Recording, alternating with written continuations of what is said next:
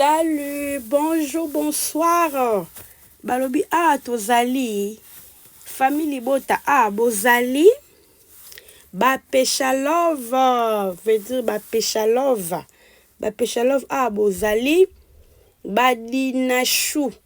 Hein? Ba Dinachou.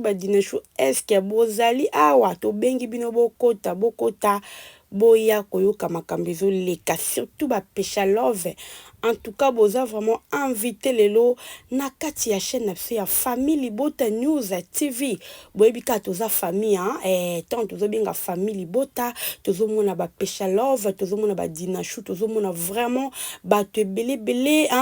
ba na kati ya Famille Bota, voilà. Famille Bota vraiment et ça associé et bengi sakabatu so pesa ngi sakabatu nyonso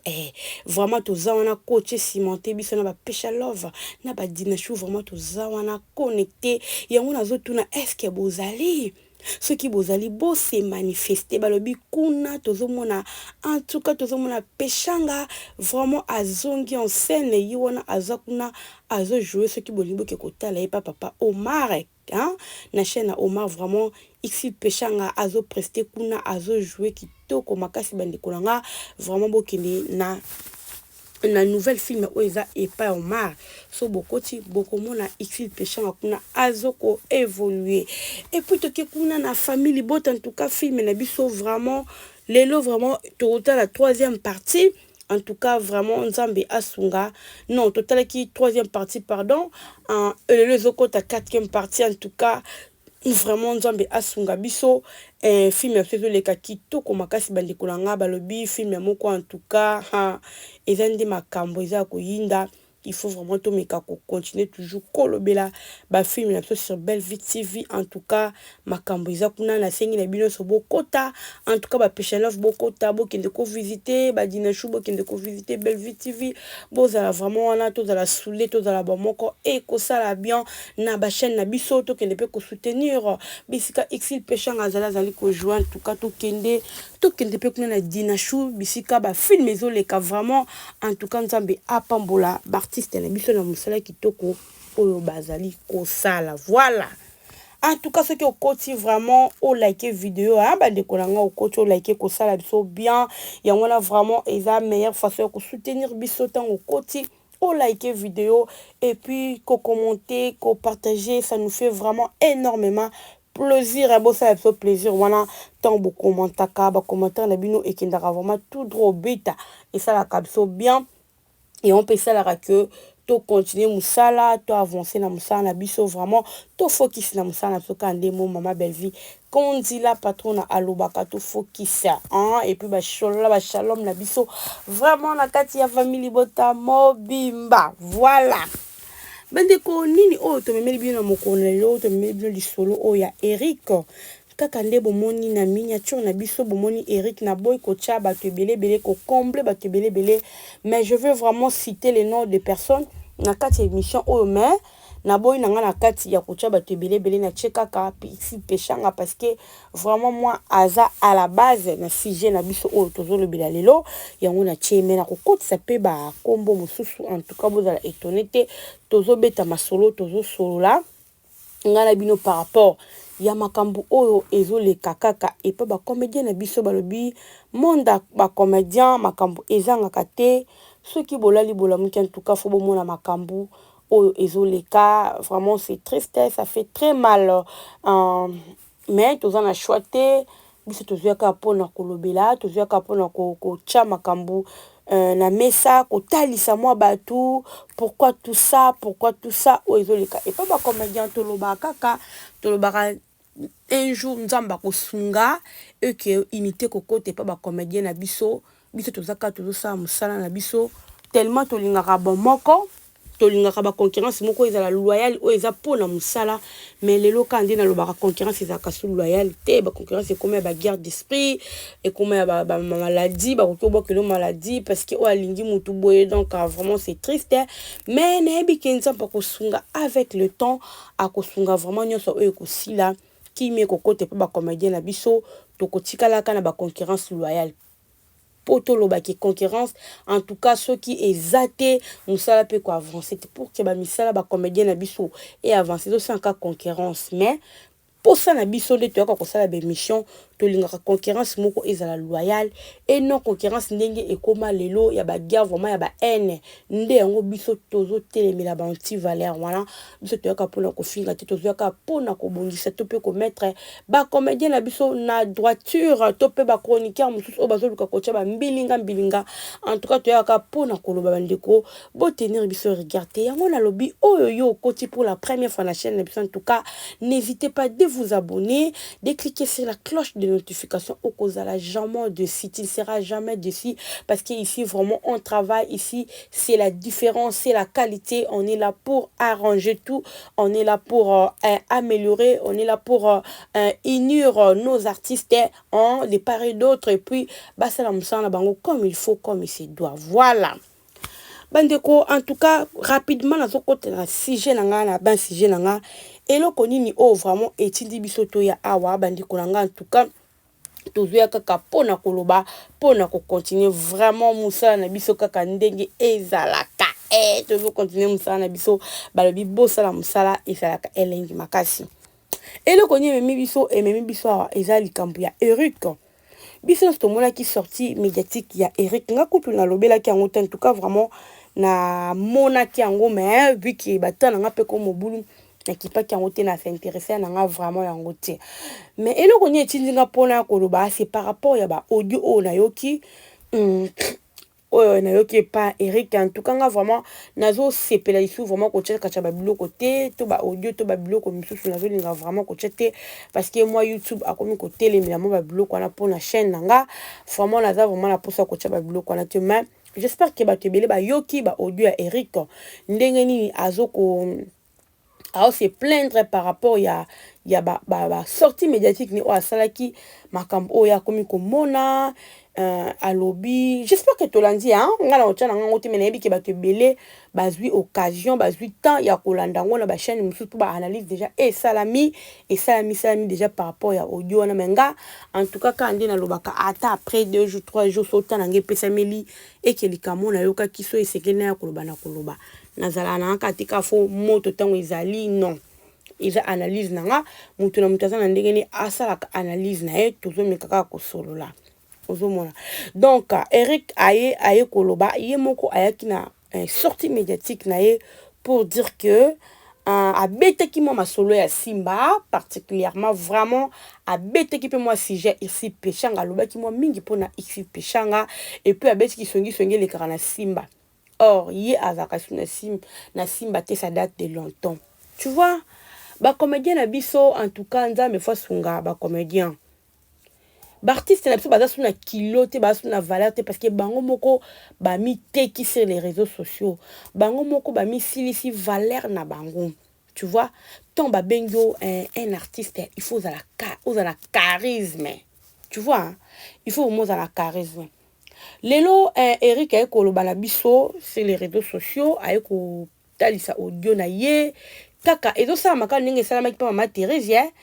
Theresia amoni kimbimbi kuna o bakomi ko tinda batu bakomi ko filenga banini bandeko elo ni sala bongo omoni soki yo moko se sentir culpabilisé tu sens que en tout cas makambo na lobaki ezaki bien te fallait pas na lobango ozomona ceux qui sont comme se sentir culpabilisé yango etindaka bato na ba réflexion ya boye yango etindaka muta kanisa ke bakomi ko filenga bakomi ko sala ngabe komi na ba makanisi moko boye yo moko komi ko imaginer tu vois yo moko komi ko imaginer par rapport ya ba dire na yo lobaki komi ko se sentir pourquoi na lobaki yango parce que conscience bakosa yango tenga na lobaka yango zomona nga na lobaka soki oza na maîtrise te ya koleka les missions bandeko nanga il faut ko faire attention soko ebi koloba te vanda na yo tika koleka na be mission soko zano nerf solidité tika na yo koleka na be mission parce que na mission so ba bengi cho s'attendre na ba question nyonso yo nde faut la sko dire faut ba nini ko répondre po journaliste to chroniqueur to nini auzana te pa ya abimisa maloba kati na yo a poser question ate insister na likamba soki oboyi bandeko nanga ba oblige à mututé yango quelque part ngana lo ba to condamna bango ti bon ba poser ba question ça musala na ye ala poser yo bizelo ko eza kati na yo alors quitte à toi ya ko yeba ke non ngelo ko na bimisa ngoti mais so totali bien sorti médiatique ya Eric ezaki juste kaka po ayaki na ye pona kokumisa sila maintenant eloko ezosala biso mpasi eza nini à chaque fois motu nyonso oyo ayaka mpona kokumisa sila soki akumisi sila fo aluka adenigre Exil Pechanga adenigre Belvi Kandi eloko namona mabe yango wana donc na monde ya théâtre eux comment soki oyo kokumisa sila il faut luka odenigre Belvi odenigre Exil Pechanga nde babeteli yo maboko nde ozwi babone ebele parce que bakuki bazalaka babone ebele bazalaka soki osalika bon bayemba mo baye kosabone na chaîne na yo. Donc c'est ça. Aux hommes des mondes des autres. Alors bah comédien en tant que comédien bah continue à bon pénarite mais voilà. À continuer pénarite mais voilà. À autant la valeur n'a été, à autant musala n'a été valeur à musala n'a au hasard n'ango te topé combo au hasard n'ango bah autant la souana te. Bah comme kota la kaka tenga pena ke kolobebe pour ba tube ba ya ko s'abonner mais ozo bate entre temps ozo ça bon ozo si ça pe carrière no malembe ozo mona o sa carrière no malembe parce que bino boza ba artiste boza batu moko fo boluka ka boza ka naître boza batu moko fo boluka bo bisika pas ces alliés bandi ko na boluka bo sangisa bango tongo yo ko sala émission yeba ndenge ni maloba ni okoloba na émission na yo en tout cas nazo continuer toujours koloba pour la maman Milo bravo maman Milo. Maman Milo tout le monde a toujours une belle vie mais tant que c'est l'émission na yinga la émission on a des A à Z. Maman Milo voir même artiste muta même qui a posé la question on est qu'on s'attendre dans ma caméra on senti que azo boya on senti que azo koumi c'est si là le artiste c'est mais azaka pembe na belle vie c'est ça être un bon artiste. Ozo mona azo lukate ke o aluka lo baba deli ana temps c'est ça. Mais ba manière wana ebunge pa artiste ebele ba o ba luka kombo ba o baza poser peut-être ba bakuk ba ya pona bango faut luka dénigrer Exil Pechanga a dénigrer Belvi Kandi pour que ye atalama pour que ye ba s'abonner na chaîne na ye ba ya ebele ba blo wa bongo ça fait très mal siko lelo Eric aya sali sortie médiatique ne a lobby nyosa ko koloba groupe Simba ba tongaka groupe Simba ba salaka bo nana ngalo bina groupe ni na ngweza inko tonga bande konanga toza vraiment franc toza la franc to nanya ngo na vie atonga kati toza franc toza batuti nana nga tonga te na vie tout le monde atonga tout le monde muntu to atongaka muntu to betaka lisolo muninga parce que tant to ba kinga na tonga kite na bete ka lisolo oui tant obeti lisolo muntu azate et à kotonga mais ba kotonga peut to bisa on ndenga mabende to koma koloba muso akobeta pe lisola ndenga ndeko na ndenga mabien pe ba beti mais e ko bima kotonga po mutu muso akoki koyoka tanga yoki yango amoni ko za kite ebimi kotonga donc pour dire que tout le monde atongaka na ba groupe nyonso sans exception na ba groupe tout kotonga ezanga raté ata mukolo groupe atonga kate mais la moko mibale o bayaka wana bakotonga kaka bakobeta lisolo mutu na absence ya mutu donc pour dire que kotonga ezalaka nango kaka siko yo Eric ekoloba ke na groupe Simba boy na groupe Simba boy ko dénigrer groupe Simba ko dénigrer Papa Lumbe ko dénigrer Exil Pechanga oui c'est bon nyonso na po okomisa sila bisalo c'est pas grave c'est bon maintenant pourquoi ba retomber komi ke ba komi kolandanga ba komi kosalanga be pourquoi bino kaka bato asila kaka nde bozalaka na soki boye koloba sila yo kokumisa sila kaka bino nde mutu balandaka bino kaka bino nde mutu basela bino tokona komi komona vina ngai komi ezalaka na ngambo na bino na ngamba bato musute po bato musute ba yaka lobi malama Belvi no to yokata ye kutu nde lobaki malama Belvi to ya Exil Pechanga ngakunde baza bongo bakomi kolandanga ngakunde baza wana no to yokati c'est parce que bato wana ba ka loba makambo eza vrai. Alors ton muto le bilikambo eza vrai akobanga ne loko te pa le bika vérité a cause ne pe na culpabilité mon côté na mutema na parce que alobi ka vérité mais bato bazaka na ba culpabilité ezaka nini parce que alobaki loko mo boye moko tanga vanja zongi atali ke likambo na lobaki ti na lobaki mabe pour be mission to salaka oh comme personne mo betango vandi mo ko mo tele émission ndingo sa ki tango za na plateau oh lo baba o lo bo mo na yo omi mona vraiment que nga na répondre surtout dans ba commentaire ça va tchaka ba commentaire autant que ba commentaire obi oui ezaki nde boye na répondre ki penza mais ça kana tant moko boye ovandi pena yo moko otali ko omitali ndengo saki émission na malobolo baki omiyoki pasi omiyoki mawa siko eza nde mon Eric amiyoki culpabiliser na makambo abimisi qu'il fallait pas loba. Il fallait pas loba. Siko soni wana et comme on sait qu'il bima ke kutu ba komi koluka ba kanganga ba komi koluka non et a soni ndeko mobali oza tellement culpabiliser yango komo beta masolo wana nana nga oke ko sala o makambo nani ici pechanga papa elombe ko finga ma o papa elomba finga mi na réseaux sociaux ko finga o ya finga mi atikali ata koluka ko sala mutu mabete kaka yo kutu ndengo yeno kutu yo ko finga na ote o sali sortie médiatique no fingi tende baluka bakangisa papa elomba finga mi na bana na yemo ko pop ya groupe Simba siko tant ba luka basala bongo Eric ba luka ka ba sala bongo papa pe lombe to pa X péchant oyebi comment X péchant a fingami X péchant a comment ba dénigrer moi si na niveau 0 X péchant a ba dénigrer na ba façon tout ko finga so X azaki motoke ko sa makambo ala anga ko sala mais on attend on ti parce que ayebi ki aza artiste artiste anata wana ti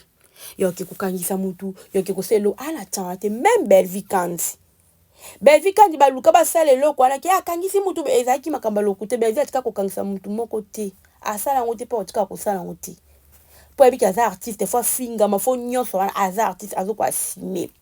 sikona bako finga mo bandeko basi ba finga ma voire même kutu bakoti na ba famille na bango ba mamba famille na bango baboti kutu surtout ici pechanga basala ngote kaka sortie médiatique ya Eric ndeko luka ici pechanga ake kosa quelque chose pas quand ça Eric to ba menacer to ba lukele na nini na sens ni na sens ni papa soso la moni culpabiliser o ekoti kati na wana okotubela soko tubeli te tiam soko koma en privé ke kosenga ba pardon to za kaka sur les réseaux sociaux o moni réseaux sociaux ndenge ezokende to ke no malembe bino ba artiste o bomi tia na place na bino te bomi pesa na bino valeur te boza boyo lo bala bino n'importe quoi parce que bomoni que c'est les réseaux sociaux il faut te ko n'importe ça problème te bo sala kande bo sala bo keno kande bo kenango ole boyoka kolobela makambo na bino to mosusu oyo kolobela ta filme no mo boyo salaki na ya kolobela ba fan nanga pour que bayoka filme na ngai batala yango non ole kolobela peut-être opesa programme moko bena ba fan na yo c'est ça rôle artiste eloko bino bosengele bosala yango wana oyo na émission opesi programme moko boye en tout cas na sali film moko boye na ko jouer sika boye et puis na programme boye c'est ça baka ba programme na yo baka position na yo musala na yo c'est ça le rôle d'artiste beaucoup ko sala mais bino botika na bino makambo wana bokota na bino na bakombo ba sur les réseaux sociaux pe batongo na nika ba camarade na bino moko ba collègue na bino ya musala tel niveau bobebisi musala théâtre ole botika komba wana bato basala ba chronique po musala ba olela wana balifo baluka ba tia ba créer polémique ba sala bon ce n'est que normal ba osala ngole botikela bango bino bartiste pe bokoti na bino kana kati na ben wana c'est vraiment la honte pour les artistes congolais bon ça on m'a bé makasi bobeta on m'a bé alors joue bo soso là bo comprendre que to beta qui on m'a bé fallait pas to que non boy et ça trop tard Eric ovanda kinayo tom so kina batef bande ko linga yo côté kuna ba pesha love ba dina chou ba famille bota tout mais eloko créer wana peut-être éliminer au pas nini tu vois alors ba sortie médiatique na bino ezaka na cause so bozaka ba sortie médiatique nous bo sala bino ba comédien pour na ka ko dénigrer ba ninga to ko ko makambo mo ata ko to yebi makambo ezaki bongo est-ce qu'il faut ka ko na réseaux sociaux oko bomba ngote tanke zaki kuna na kati ya nini oyo ya Simba place pour que pas maman Marie-Hélène okende pe kuno créer pe ka makambo ozomona donc bino nde boza mabe vraiment ba comédien en tout cas bo changer so bo changer te ezala vraiment pas si parce que nyonso obosa sur les réseaux sociaux ezomona na pe ezotikala ce qui est grave ba vidéo ezotikala ezotikala bandeko na nga alors boyeba ko se comporter boyebaka basortie médiatique na bino nini bokosala pour ke baretombe ezala te pour ke bokoma te ke bakomi kokanela nga soki bamituka na bino bobengaka ekomi kolandanga na komi komona naza na insécurité okomaka na insécurité soki olobaki mabe so olobaki mabe te okoma na insécurité pourquoi okoma nango te eza culpabiliser oza nde culpabiliser yango ozosala obongo en tout cas ndeko na nga